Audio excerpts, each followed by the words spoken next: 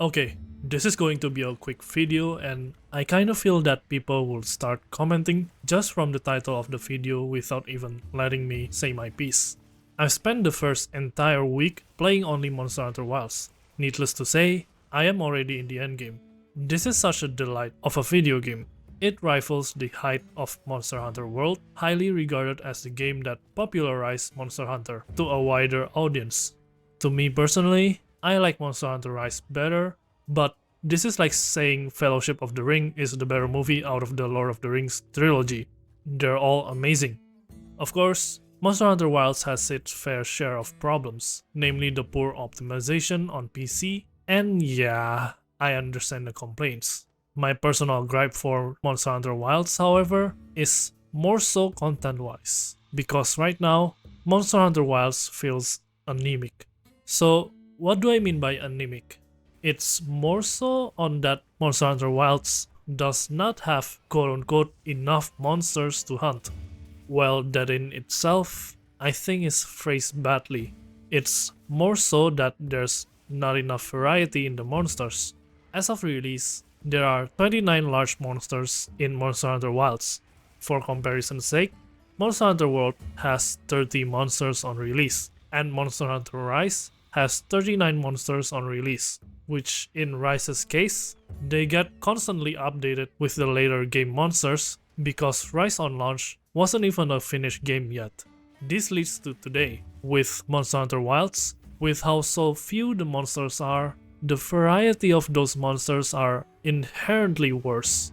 It kinda gets to the point where the endgame monsters that poses a challenge are Gormagala and Arkfeld, the two dragon-based monsters. Now, I know that Capcom has announced Mizutsune already, which is bound for spring. That's a step in the right direction, adding one more water-based monster from the only other water-based monster in the game, Uthduna. Okay, in technicality, there's two more water-based monsters judging from weapon trees, those being Balahara and Su, which is great to have that variety. But this variety problem gets noticeable when you see that some weapons only have one choice of water element weaponry. Take Longsword for example. The Longsword only has Uthduna Longsword, which became increasingly a problem when the weapon that needed affinity and element quite a lot did not have a choice but to pick the one that had minus affinity. I noticed this problem when I was searching for a Thunder element switch axe, which then I realized there's only two Thunder-based monsters in the game. Those are Raidao and Fulgur Anjanath. And of course, switch axe and a few other weapons can't have good things either and don't have a Raidao tree for those weapons, so you get Fulgur Anjanath in return.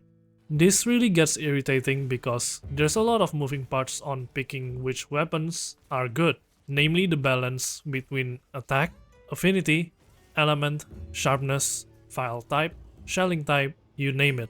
Fulgur Anjanath weapons do not have white sharpness, for example, and it just seemed not fair when compared to Raidao weapons that easily have white sharpness. And this, I think, are probably deliberate design choices to push for Artian weapons. Which, yeah, in a glance, I get that a customizable weapon system seems cool, where you get to create your own weapon from scratch. But this is Monster Hunter we're talking about. This just removes the fantasy of monster hunting quite a lot in my opinion. I might be the only one in this, but I also think weapon fashion is also a factor in picking which weapon you want to make. I want to wield the weapons based on the monsters that I just hunted. I really like Rathalos and Rathian's design, so I went out of my way and created every Rathalos and Rathian weapon in previous games. This time, I really like Raidao as a monster, but it's such a bummer that I can't even make a Raidao switch axe, presumably for the reasons that I mentioned before. So this is essentially why I felt Monster Hunter Wilds is anemic, at least for now. Oh yeah, this problem definitely was also in the previous Monster Hunters as well. I remember when the best water-based weapon was Juratodus at some point. I don't really know what to attain from this video. I kinda just want to rant about this. I'm not saying this to undermine what the devs at Capcom had done. Monster Hunter Wilds is still a working game, and an amazing one at that.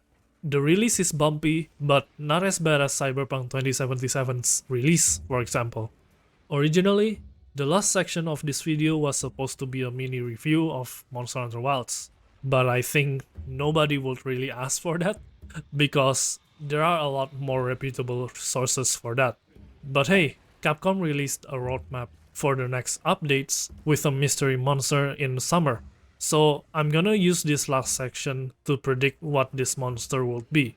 Judging by the problems that I mentioned previously, my wishful thinking is that this monster is either a thunder or an ice-based monster to get more of those gears to our arsenal.